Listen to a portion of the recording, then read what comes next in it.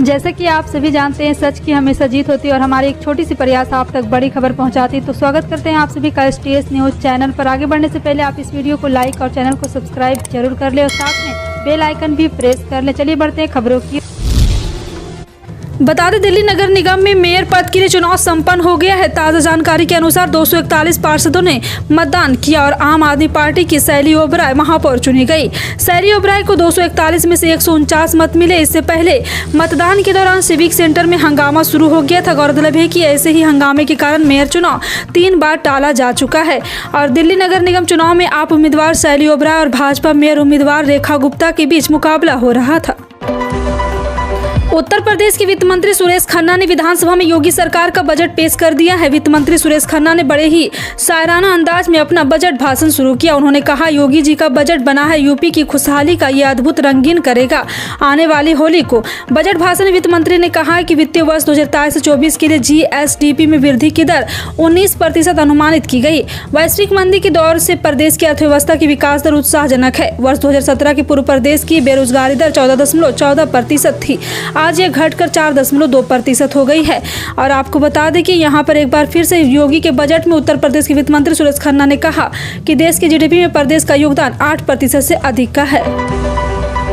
दिल्ली के उप मुख्यमंत्री मनीष सिसोदिया की मुसीबत एक बार फिर बढ़ने वाली है। केंद्रीय गृह मंत्रालय ने फीडबैक यूनिक कथित जासूसी मामले में उप मुख्यमंत्री मनीष सिसोदिया पर कर भ्रष्टाचार निवारण अधिनियम के तहत मुकदमा चलाने की मंजूरी दे दी। मनीष सिसोदिया ने आरोप है कि आम आदमी पार्टी की सरकार ने 2016 में फीडबैक यूनिट बनाई थी। इस पर फीडबैक यूनिट के लिए करोड़ों रुपए एक गुप्त फंड में आवंटित किया गया था। स्टाफ सिलेक्शन कमीशन ने SSC CHSL Tier 1 की परीक्षा का एप्लीकेशन स्टेटस का लिंक जारी कर दिया है। जिन उम्मीदवारों ने इस भर्ती परीक्षा में भाग लेने के लिए आवेदन किया, वे ऑफिशियल वेबसाइट पर विजिट कर ये चेक कर पाएंगे कि एप्लीकेशन फॉर्म स्वीकार हो गया है या फिर अस्वीकार कर दिया गया। आपको जानकारी दे दी कि स्टेटस लिंक कुछ ही रीजनल वेबसाइट पर एक्टिव किया गया है। अमेरिका के राष्ट्रपति जो बाइडेन की यूक्रेन यात्रा के बाद रूस भड़का हुआ है। रूसी राष्ट्रपति व्लादिमीर पुतिन ने आरोप लगाया कि यूक्रेन युद्ध को पश्चिमी देशों ने शुरू कर दिया है और वे झूठ बोल रहे हैं कि पुतिन ने यह भी कहा है कि रूस अपने नागरिकों को हर संभव रक्षा करेगा। इस बीच अब एक रिपोर्ट में दावा किया गया कि रूस ने बाइडेन की यात्रा के दौरान परमाणु हथियार ले जाने में सक्षम हाइपरसोनिक मिसाइल सतान 2 का परीक्षण किया था। कहा जा रहा है कि बाइडेन की यात्रा के दौरान सतान 2 का परीक्षण करके रूस ने अमेरिकी राष्ट्रपति को चेतावनी दी थी। मेघालय विधानसभा चुनाव के मद्देनजर रैली संबोधित करते हुए कांग्रेस नेता राहुल गांधी ने तृणमूल कांग्रेस और बीजेपी पर जमकर निशाना साधा। राहुल ने आरोप लगाया कि TMC यहां बीजेपी को सत्ता में लाने के लिए चुनाव लड़ रही है, जैसा उसने गोवा चुनाव में किया था। राहुल ने PM मोदी पर हमला बोलते हुए अडानी के साथ उनके रिश्ते के बारे में पूछा। उन्होंने कहा कि बीजेपी और RSS कक्षा के ध्वंस जमाने वाले उस छात्र की तरह है जिसे लगता है कि वो सब जानता है और सब समझता है। उत्तर प्रदेश में बजट पेश करते हुए योगी सरकार ने मुसलमानों में गरीब वर्ग से आने वाले पसमानदा समाज पर फोकस किया। बजट में मदरसा वाले छात्रों को छात्रवृत्ति के साथ ही मैथ और साइंस जैसे सब्जेक्ट की पढ़ाई के लिए किट देने और कंप्यूटर लैब बनाने के लिए फंड जारी किया गया है। वित्त मंत्री सुरेश खन्ना ने बजट पेश करते हुए बताया है कि पूर्व 10वीं कक्षाओं में अध्ययनरत अल्पसंख्यक समुदाय के छात्र छात्रा हेतु छात्राओं की जिनके विभाग की अधिकतम वार्षिक आय ऐसे 2.50 लाख रुपये है, अधिकतम रुपये 3,000 रुपये वार्षिक की छात्रवृत्ति से लाभान्वित किए जाने का प्रावधान है।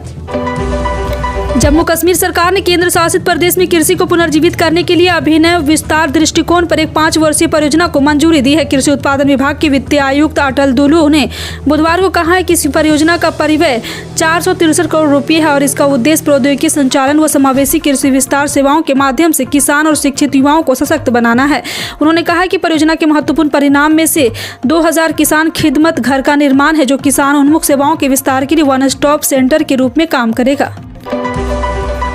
पाकिस्तान इन दिनों कंगाली के हाल से जूझ रहा है। हर तरह के तौर तरीके अपनाकर और दुनिया भर के वित्तीय संस्थानों से पैसे मांगकर भी वह मुश्किल से अपना खर्च निकाल पा रहा है। इस बीच एशियाई विकास बैंक ने मोदी के लिए ड्रीम प्रोजेक्ट $25 अरब देने का वादा किया है। दुनिया भर में हाथ फैलाकर पैसा मांग रहे किसान पाकिस्तान की बदहाली किसी से छिपी नहीं है, लेकिन उसे हर जगह से मुंह ही खानी पड़ी। अंतर्राष्ट्रीय मुद्रा कोष की कड़ी शर्तों के साथ पाकिस्तान को पैसा दिया गया है। उच्चतम न्यायालय ने बुधवार को कहा है कि वो कर्नाटक के प्री यूनिवर्सिटी कॉलेजों में हिजाब पहनकर वार्षिक परीक्षा में शामिल होने की अनुमति देने की मांग वाली छात्राओं की एक समूह की याचिका पर सुनवाई करेगा। मुख्य न्यायाधीश DY चंद्रचूड़ और न्यायमूर्ति PS नरसिम्हा की पीठ ने याचिका पर सुनवाई के लिए सहमति व्यक्त करते हुए छात्राओं की गुहार पर विचार किया जाएगा। याचिकाकर्ता की ओर से अधिवक्ता सादान फरासात ने दावा किया कि उन्हें मार्च में शुरू होने वाली वार्षिक परीक्षाओं में शामिल होना है।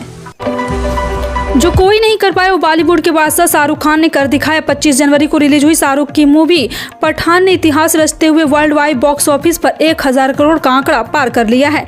पठान रिलीज के पहले फेज में वर्ल्ड वाइड 1000 करोड़ कमाने वाली पहली हिंदी फिल्म बन गई है। फिल्म का इंडिया में net box office collection 516.92 crore हो गया है। देश विदेश में पठान का डंका बज रहा है। पठान शाहरुख खान के करियर की सबसे बड़ी फिल्म बन गई है। हिमाचल प्रदेश में भीषण बर्फबारी होने से बिजली और पानी, सड़कें ठप पड़ गए हैं। हालात यह है कि लोग घरों में कैद हो गए। इससे लोगों को काफी परेशानी हो रही। बर्फ हटाने का काम प्रशासन कर रहा है। बताया जा रहा है कि हिमाचल प्रदेश में हाल ही में हुए भीषण बर्फबारी के कारण समस्या काफी बढ़ गई। राज्य आपदा प्रबंधन प्राधिकरण ने कहा है कि राज्य के कई हिस्सों में पिछले कुछ दिनों में भीषण बर्फबारी हुई है, जिससे सामान्य जनजीवन प्रभावित हुआ है। एकनाथ शिंदे गुट को असली शिवसेना के रूप में मान्यता देने के चुनाव आयोग के फैसले के खिलाफ उद्धव ठाकरे गुट की याचिका पर सुप्रीम कोर्ट में सुनवाई की गई।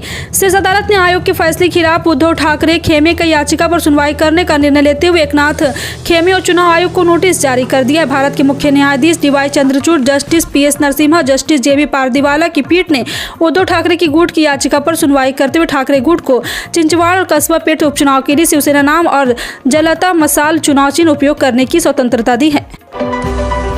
वैश्विक स्तर पर मंदी की वजह से कई कंपनियों ने छंटनी शुरू कर दी थी, जिसका असर भारत की कई IT कंपनी पर भी पड़ा है। इसके चलते IT कंपनी विप्रो ने कुछ समय पहले ही 400 से ज्यादा फ्रेशर्स को कंपनी से निकाला था। इसके बाद कंपनी ने ट्रेनिंग के बाद ज्वाइनिंग का इंतजार कर रहे उम्मीदवार को आधी सैलरी पर कंपनी में शामिल होने को कहा है।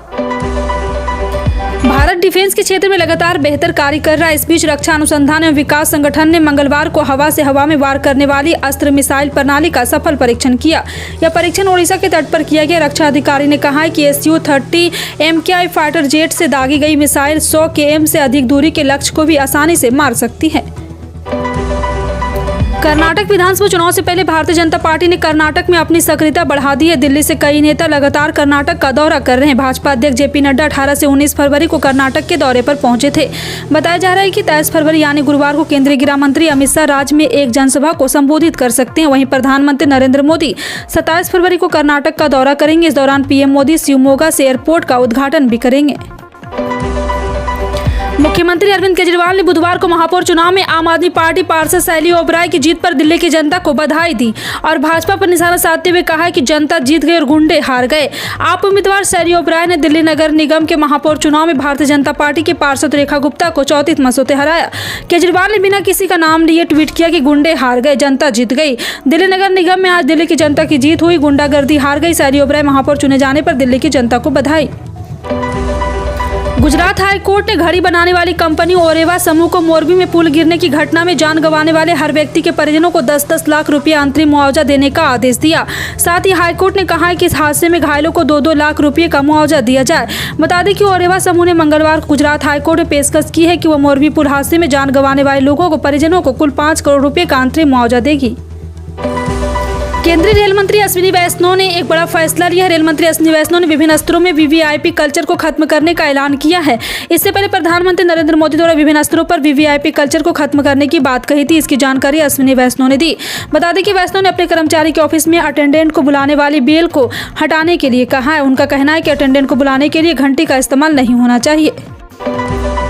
दिल्ली NCR में भूकंप के झटके को लेकर के एक बड़ी खबर सामने आ रही है। बुधवार दोपहर को महसूस किया गया। बताया जा रहा है कि इसका केंद्र नेपाल में था। राहत की बात है कि कहीं से भी जान माल के नुकसान की खबर नहीं है। इससे पहले बुधवार दोपहर 1:30 बजे उत्तराखंड के पिथौरागढ़ में भूकंप के झटके महसूस किए गए। यहाँ भूकंप की तीव्रता 4.4 मापी गई। भूकंप का केंद्र पिथौरागढ़ से 143 किलोमीटर दूर जमीन के 10 किलोमीटर अंदर था। मेघालय के चुनाव आयोग ने मेघालय में केंद्रीय सशस्त्र पुलिस बलों की 119 कंपनियां तैनात की है, ताकि राज्य में 27 फरवरी को होने वाले विधानसभा चुनाव को सुचारू रूप से संचालित किया जा सके। मेघालय के मुख्य निर्वाचन अधिकारी FR खारसोंगोर ने न्यूज एजेंसी PNI को बताया कि कानून और व्यवस्था के मामले में हमारे यहाँ 119 कंपनी है। मेघालय के CEO ने कहा, हमारे पास 40 कंपनियां थी जिन्हें पहले तैनात किया गया था। बता दें, देश में कोरोना के मामले में जितनी तेजी से वृद्धि हुई थी, उतनी ही तेजी के साथ अब इनमें गिरावट दर्ज की जा रही। बीते 24 घंटे के अंदर देश में कोरोना वायरस संक्रमण के 125 नए मामले सामने आए हैं, जबकि सक्रिय मामले बढ़कर 1935 हो गए। भारत में कोविड मामलों की संख्या 4.46 करोड़ है, जबकि मरने वालों की संख्या 5,30,762 हो गई है।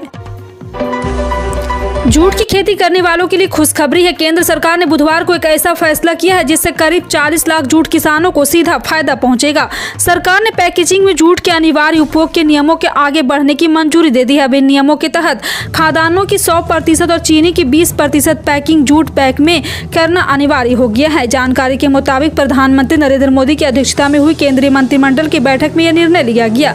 जानकारी के मुताबिक कैबिनेट ने जूट वर्ष 2022 से 23 के लिए पैकेजिंग में जूट के अनिवार्य इस्तेमाल के आरक्षण संबंधी नियमों को मंजूरी दे दी। नियमों को मंजूरी से जूट मिलों और अन्य संबंध इकाई में कार्यरत 3.7 लाख श्रमिकों को बड़ी राहत मिलेगी। फिलहाल आपका इन सभी खबरों पर क्या कहना है, कमेंट सेक्शन में टाइप करके जरूर बताएं।